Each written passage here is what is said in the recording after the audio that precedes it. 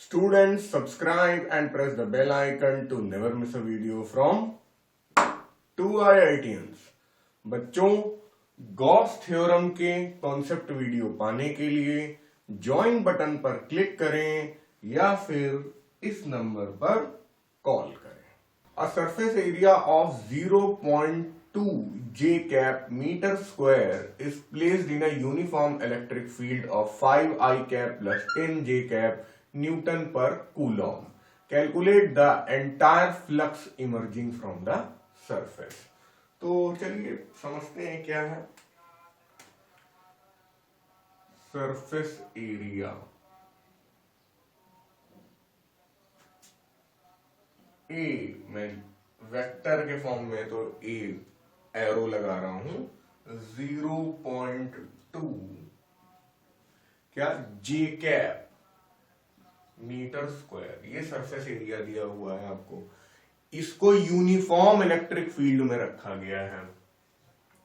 तो electric field कितनी दी गई है?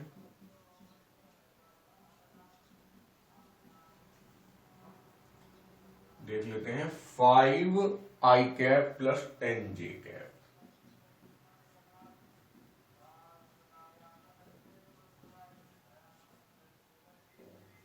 ठीक है, अब इसका मैग्नीट्यूड क्या है, मैं इसका यूनिट क्या है, न्यूटन पर कूलॉम। ब्रैकेट के अंदर मैग्नीट्यूड है, ये यूनिट है।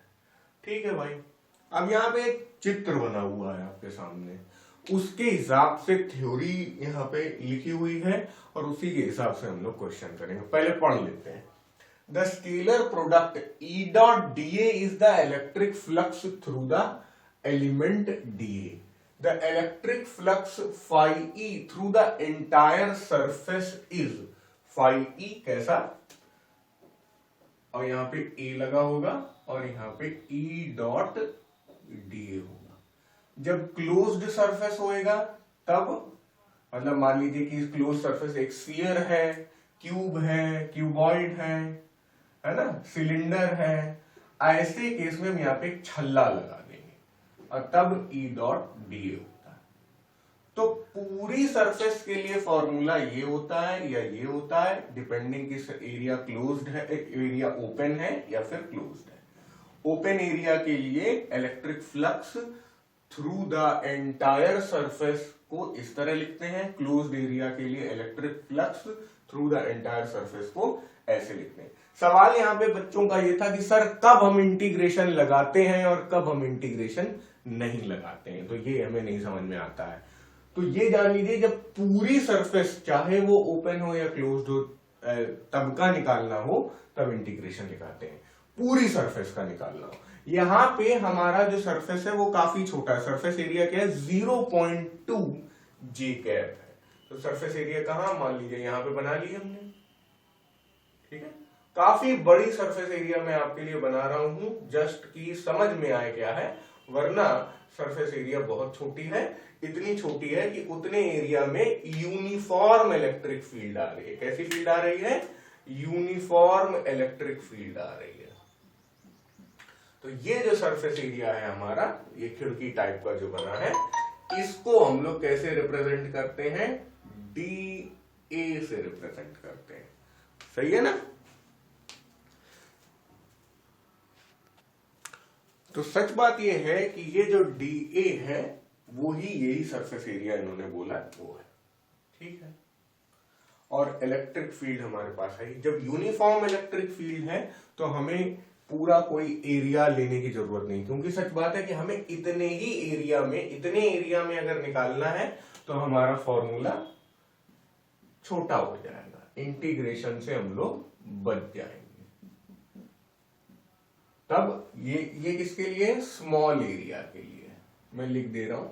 ये किसके लिए है, एंटायर एरिया के लिए, एंटायर सरफेस एरिया के लिए। और कैसा एंटायर सरफेस एरिया, ओपन।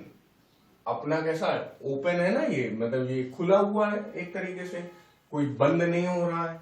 और ये एंटायर सरफेस एरिया कैसा होना चाहिए, यहां पर ये क्लोज्ड है, ठीक है, तो हमें बस इतना ही करना है, एक तरीके से डॉट प्रोडक्ट निकालना है ये दो ठो वेक्टर जो आपको दिए हुए हैं, बस।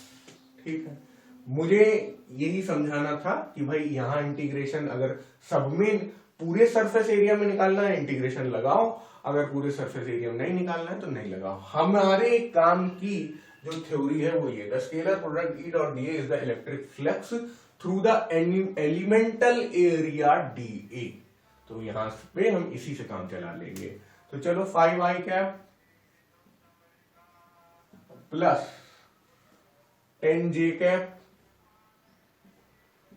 डॉट प्रोडक्ट जब लेते हैं बच्चों तो हम लोग क्या करते हैं, काफी बच्चे हैं जिनको वेक्टर में समस्या है, वेक्टर देखते ही डर जाते हैं। ठीक है, डॉट प्रोडक्ट में हम लोग सीधा एक दूसरे से मल्टीप्लाई कर देते हैं। ये बिल्कुल वैसा ही है जैसे अगर ऐसा लिखा हो, आप जरूर जूनियर क्लासेस में आपने देखा होगा, 5a plus 10b multiplied by 0.2p।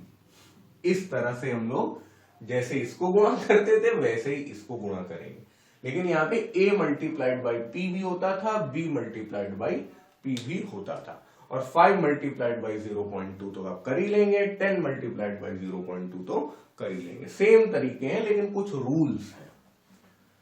ठीक है, अब 5 मल्टीप्लाइड बाई 0.2 कितना होता है, 1, लेकिन 1 के साथ है i dot J, I cap J cap.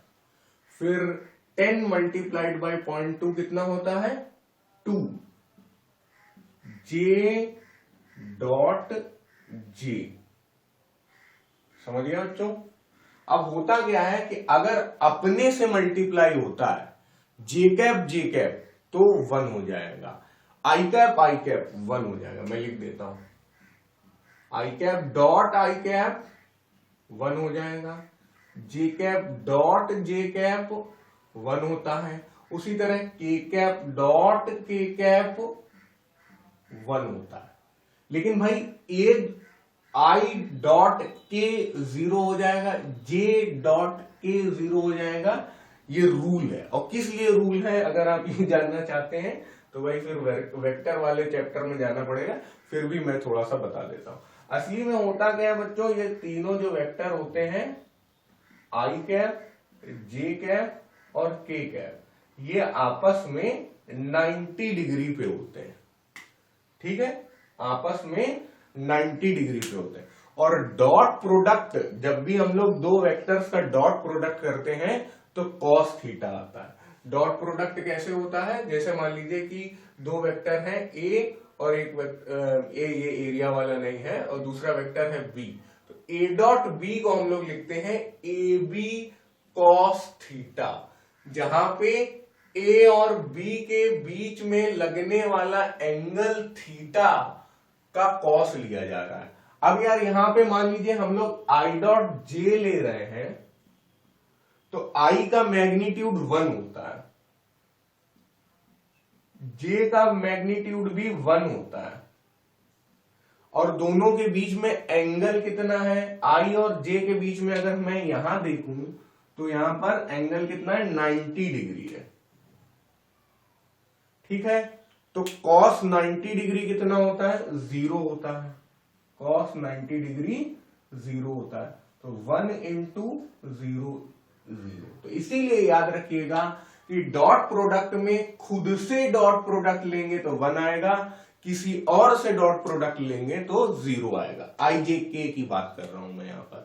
तो काफी मेहनत हो गई है, वेक्टर भी मैंने समझा दिया आपको इतने में ही, मतलब एटलीस्ट डॉट प्रोडक्ट आपको समझ में आ गया थोड़ा सा, लेकिन ये सब आपको पहले से आना चाहिए।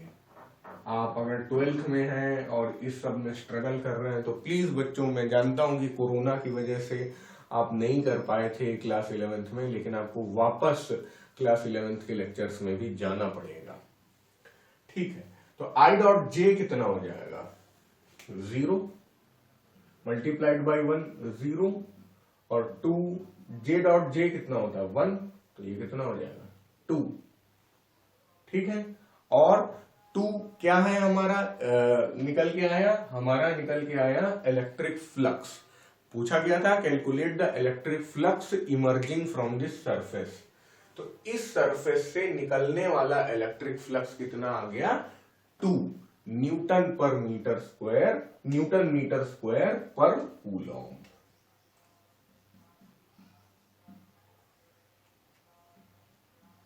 तो ये हो गया हमारा फाइनल आंसर।